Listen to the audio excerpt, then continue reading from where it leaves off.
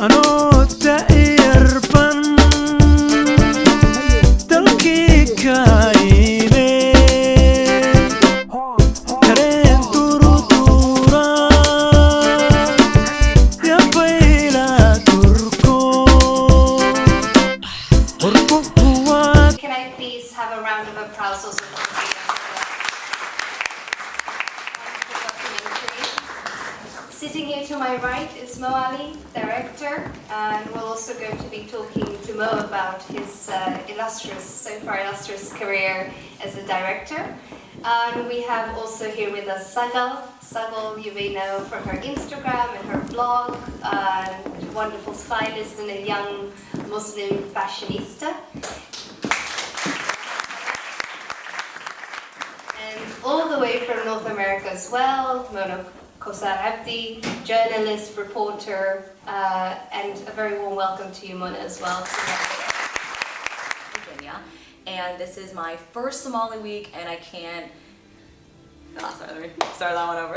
Watch it with them. So I majored in communications and political science, so to eventually get into journalism. But it was a pretty rough transition because I didn't go to a school that was journalism based. So I was kind of behind in that sense, but I interned at actually before that, I started my own online news platform because I didn't have experience. I didn't have an internship under my belt. So I ended up starting my own online news platform, just talking about news, sports, politics, wherever I could talk about. And then I got an internship at a local ABC affiliate. And that's where I literally just had to dive in, learn about what a VOSAT was, what a package was, how to put a story together, what made a story compelling.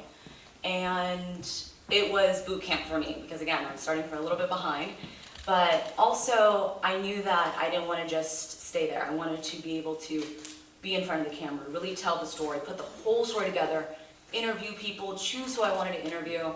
And so, in order to do that, you just can't have a paper resume and say, hey, like, I'm qualified for the job. I had to put together an actual visual reel, so a visual resume. And so I was working 8-hour shifts, longer than that, and then going out with a local reporter, going out shooting stand-ups, doing all the work with them, and then coming back and, maybe 10 seconds in front of the camera just to show them, I can tell a story, they can hear my voice. Then started sending it out, and I got hired by an ABC station in Virginia. And it's been amazing since. I mean, I get to do what I love every single day. And I think that is when I realized the power of storytelling. That's when I realized the power of journalism. Every day I get to meet someone new. I get to share their story. I get to put it on a platform that they don't have access to. Say they have an issue. I think the stories that I'm drawn to the most are stories that involve public officials, holding them accountable. They go on, they run these platforms, and they say they're going to do X, Y, and Z, and people's lives depend on it sometimes. And so going out there and, holding them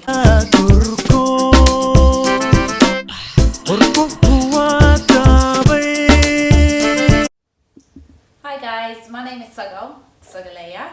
I am a fashion blogger and a lifestyle blogger as well. I came here today to be on the panel for the discussion on today's events, and honestly it was amazing. It was especially watching the documentary, it just brought back so many memories. The talks, the questions that were asked, it was just all in all, it was absolutely amazing. Loved guy, and they go, where are you from? I go, Somalia. And they go, oh, I've never worked with a Somali before. And I go, you will, that's it. But it's kind of, my heart beats proudly that I'm Somali and I'm, bossing around all these guys. Not in a funny way, but it just feels good. It feels good, and I'm now, again, this industry is so amazing now for young Somali people that we are coming here with our cameras and, so many filmmakers here, and it's so good when I'm filming on set. The last one that we had 1 or 2 guys in the back with their own cameras or carrying kit. That's just amazing. So the whole industry is starting to see Somali filmmakers. Curious to know what you're all going to be doing. Mo, if we start with you. The thing is, for me, okay, I'm not a star. I've I've just got in, I fought my way in, and now what I want to do is bring everybody through. So there's someone like Mina there, mini shots, incredibly talented filmmaker. I want to see her make a film, you know. So identifying talent like that and getting them through and being in the same room as me, really, that's my goal.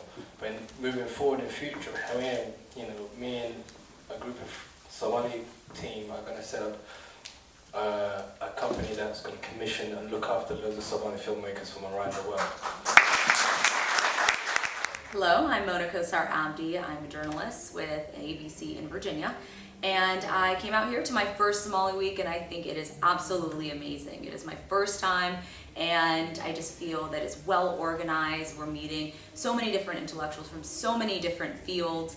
And my panel was on the power of storytelling, and I couldn't have been with more incredible people. We had Deeqa, we had Sagal, Mo was a director as well, and I think it just went so smooth.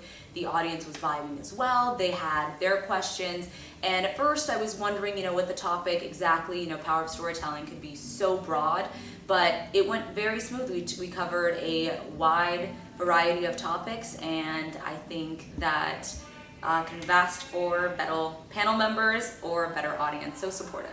So this is YSM. YSM stands for Young Somalis of Manchester, and really the whole concept behind that was to kind of highlight all the positivity that happens within the Somali community of Manchester, especially to kind of counteract the negative representation of young Somalis. Every time you Google young Somalis from Manchester, or just Google Manchester Somalis, all that kept coming up for us, and certainly for other people, was all the media articles of young boys being convicted of this crime or doing this or that, the gang culture, the drugs.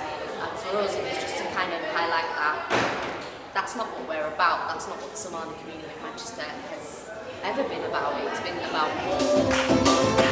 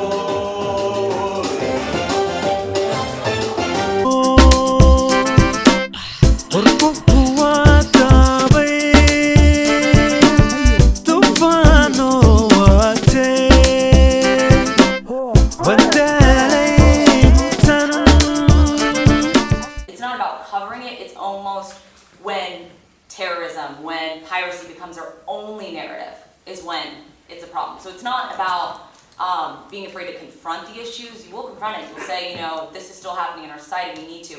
For example, I think your documentary is a great example of that. It's admitting first that, hey, these kids did go from their homes in Minnesota, went abroad. We always ask, what did the parents do? And you see that on the documentary, they're answering, they explain. But it's just when the only thing you talk about is terrorism, and that's when you're like I don't know anyone who's involved in that. Like, that's not my daily life.